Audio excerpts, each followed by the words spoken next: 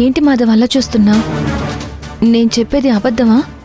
మంచి ఎండాకాలంలో అయితే డీహైడ్రేషన్ ఉంటుంది. ఈ రోజుల్లో ఎండ ఎక్కడుంది డీహైడ్రేషన్ కావడానికి? చలికి పట్టపగలే జనాలు స్వెటర్లు వేసుకుని తిరుగుతున్నారు. భూమి, నువ్వు ఇప్పటికే చాలాసార్లు అరవింద్తో పెళ్ళొద్దు, సిద్ధార్థ్తోనే చేద్దామని ముందు చాలాసార్లు చెప్పావు. ఇప్పుడు నువ్వు ఇలాంటి అనుమానాలన్నీ ఇంట్లో వాళ్ళకి పెట్టావనుకో, మళ్ళీ నువ్వేదో కావాలని చేస్తున్నావు అంటారు. అసలే అన్నయ్యకి వదినికి మధ్య జరుగుతున్న గొడవలు చాలదా? నీ అనుమానాలతో మళ్ళీ ఇంకో కొత్త సమస్య సృష్టించకు. మాట్లాడి నువ్వు చెడ్డదాని అవటం తప్ప ప్రయోజనం ఉండదు.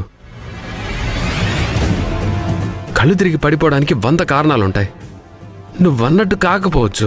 నీరసం వల్ల, నిద్ర లేకపోవడం వల్ల, పెళ్లి పనుల వల్ల అలిసిపోయి ఉంటాడు, పడిపోయి ఉంటాడు. దానికెందుకు ఏదో ఉంది అని ఆలోచిస్తావు? వదిలే భూమి. అది కాదు మాధవ. నువ్వు ఇంక విషయం గురించి ఏం మాట్లాడదు భూమి. పద. లేదు, మాధవ్ చెప్పినంత సులభమైందైతే కాదు. ఇంకేదో ఉంది. ఏమై ఉంటుంది? ఒకసారి సుజాత పిన్ని ఇంటికి వెళ్ళి ఏం జరుగుతుందో కనుక్కోవాలి.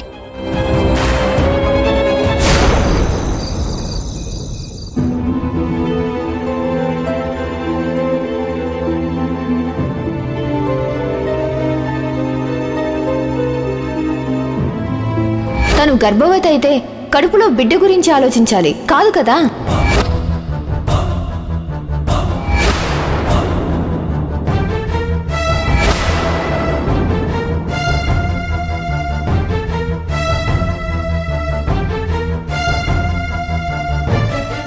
మహా, భోంచేసావా?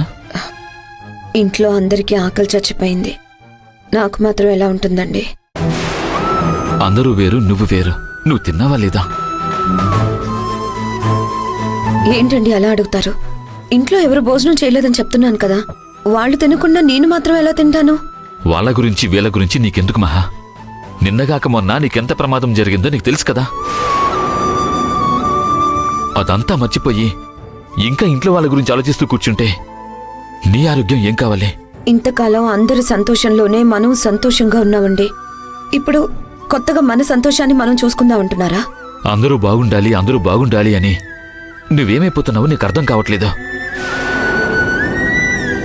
ఇంత జరిగిన తర్వాత కూడా నిన్నింకా ఇక్కడే ఉంచి నేను తప్పు చేశాను. అదేదో మన ఇంట్లోనే ఉంటే సరిపోయేది. ఏంటండి కొత్తగా మాట్లాడుతున్నారు? ఇదేమైనా పరాయిల్లా? కాదు మహా, ఇన్నాళ్ళు నా సొంత ఇల్లు అనుకున్నాను కాబట్టి ఇన్నెళ్ళు ఇక్కడ ఉండగలిగాను. కానీ ఇల్లులా లేదు. ఇంట్లో ఏ రోజైనా సంతోషంగా ఉందా? ఎవరి మొహంలోనైనా నవ్వు కనిపిస్తుందా? నిన్న మొన్నటి వరకు రాఘవ మాధవ గొడవ పడుతూనే ఉన్నారు. ఇప్పుడు మళ్ళీ రాఘవకి తన భార్యకి గొడవ మొదలైంది. ఇలా ఎవరో ఒకరి గొడవలతో రోజులు గడుస్తున్నాయే కానీ 2-3 రోజుల్లో పెళ్లి జరగబోయే ఇల్లులా ఉందా ఇది? ఇలాంటి చోట ఉండి ఆలోచించి ఆరోగ్యాలు పాడు చేసుకోవడం కంటే హాయిగా వెళ్ళి మన ఇంట్లో మనం ఉండటం మంచిది. ఏమండి, దయచేసి మీరు అలా మాట్లాడకండి. నేను తట్టుకోలేను. సంతోషంలో కలిసి ఉన్నాము. ఈరోజు ఇంట్లో సంతోషం లేదు, నిజమే. అందుకని వాళ్ళ బాధలకు వాళ్ళని వదిలేసి మనం వెళ్ళిపోదామా? అసలు అలా వెళ్ళాలని ఎలా అనిపిస్తుంది మీకు? ఎంతకాలం నీ మాటలు విని నేను అందరి గురించి ఆలోచించాను. ఈరోజు ఎవరు అందరి గురించి ఆలోచించే పరిస్థితుల్లో లేరు. అలా ఆలోచించుకునేవారే అయితే ఆ రోజు రాఘవ మాధవ గొడవపడేవారే కాదు. ఇంట్లో వాళ్ళు ఎక్కడ బాధపడతారో అని వాళ్ళు సర్దుకుపోయేవారు. ఇంట్లో వాళ్ళ గురించి ఆలోచించేవాడే అయితే ఈరోజు రాఘవ మనమందరం ఇంత చెప్పిన తర్వాత కూడా తన భార్యకి విడాకులు ఇవ్వడానికి ప్రయత్నించేవాడే కాదు. అందరి సంతోషం గురించి వాళ్ళు ఆలోచించినప్పుడు నువ్వు ఆలోచించి ప్రయోజనం ఏముంది?